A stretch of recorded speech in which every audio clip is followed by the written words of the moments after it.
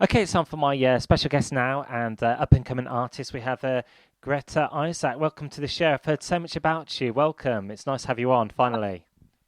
Thank you so much for having me. Great. You have a new EP as well out doing the rounds. We have played a few tracks on your show. First up, how would you describe your music to the listener? I would say it's a combination of quite funny, sarcastic lyrics with a sort of euphoric, poppy backdrop, I would say. Nice. Yes, we've played your tracks and it's perfect for one of my shows. It's laid back sounds, very mellow. Some of your tunes as well. Yeah, I would say that as well. Yeah, I think I'm quite heavily influenced by a lot of different genres, so Yeah. I think they've come out in different songs that I've written. Yeah. Nice. And can you just tell me more about your new EP as well? One of the tracks which stands out is called "How to Be a Woman." hmm Yeah, so that's my newest single, and it's a song that I wrote about a year ago. Um, and it's kind of a product of things that I ruminate and think about all the time, and kind of breaking away from the structures and people that have encouraged me to be or think or look a certain way, and coming out the other end of that, and finding empowerment and freedom, but also a little bit of like a lost child energy, and yeah. And would you say it's kind of tells a story of like growing up as a woman, trying to find your identity, and just being yourself at the end of the day? Yeah, definitely. I think that is ultimately what the song's about, and not really knowing what I look or what I feel like or who I am anymore, but not wanting to be like the people or the structures that encourage me to be anything but Yeah. happy. I think that's Ah, yeah. that's really really nice. Kind of really nice story behind that song.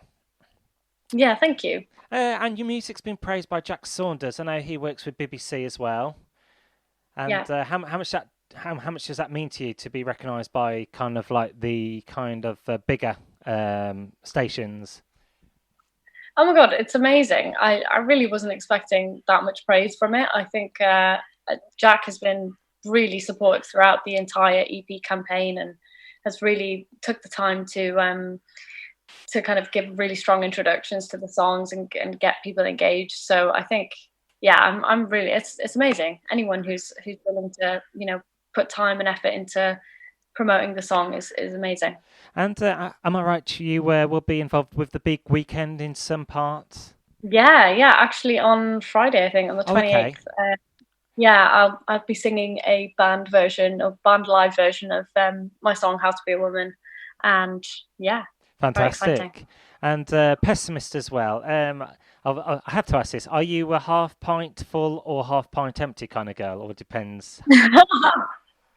I think by now I'm definitely half pint full. I think that song was definitely a bookmark in my life Yeah. where I was like, oh, I need to sort myself out, and yeah, I think it's an ode to myself, a little.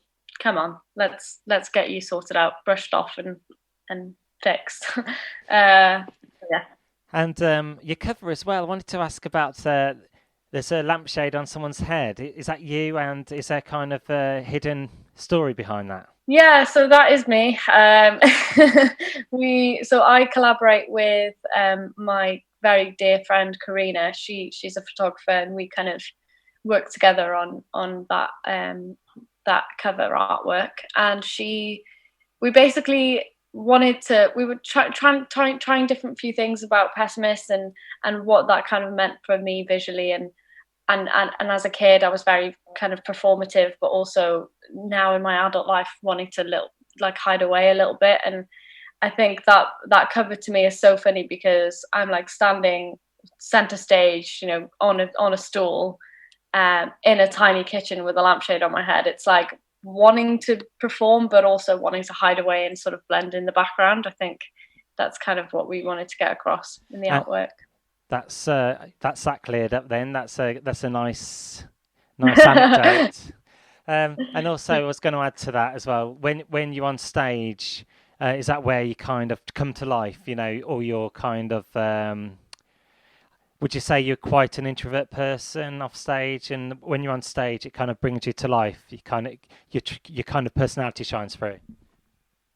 Yeah, I think I definitely come alive when there's like people around, and when I see an opportunity to just like make people laugh, or tell a story, or whatever. I love that, and I love being with people. I think it really helps me sort of feel quite grounded and in touch with reality.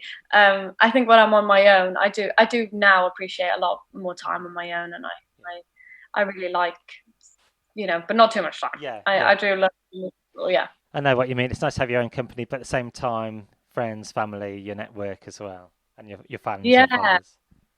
yeah, I think that a gig is the ultimate party for me.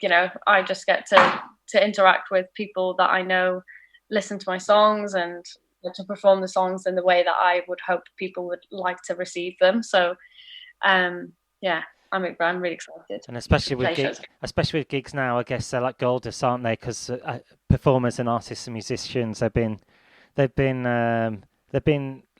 stuck indoors, haven't they? They can't get the music like on the big platforms in front of all those people. Yeah, I know. It's really interesting actually how music has been consumed the past year. I think it's either been really, really fast paced and people are just releasing and releasing, or people really holding back until it's the right time. Because I think a lot of the artists who really depend on the live shows getting that message across even further have probably delayed it.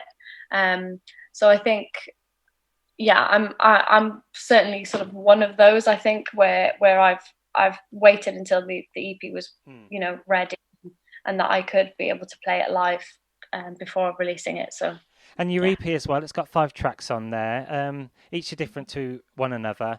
I must say they are short but very sweet, and sometimes I like them short because they're perfect for airplay. You know, where 3 songs I think is a perfect length for your song to be played on the radio. Yeah, I think it's interesting you say that. I don't think that was intentional when we wrote it, but I think what I like about songs is playing the really, really good bit once so that you want to play the whole thing again, and like just like rewind again, again, again. I think when songs are kind of addicting to listen to, that's really exciting for me. And also when I write a song, there's a tendency to write a bit of it and then go back in and add months later. So I think, but I think the songs that are on the EP, especially Like Me and How to Be a Woman, for me they really like hit pretty immediately. So we didn't really feel necessary to add more and more sections. So that's really interesting that you say that, though. It's Cool. great, and it leaves room for encores as well. Yeah, exactly. And long live versions. That's great. Well, Greta Isaac, thank you so much for joining me on today's show and answering some of my questions. They're quite direct, but you answered them very graciously. And we're going to play 2 tracks now of your album. So yeah, all the best with everything, your gigs and festivals, and we wish you well. Hear from everyone here at the show. Thank you so much. Thank you for No having me. problem.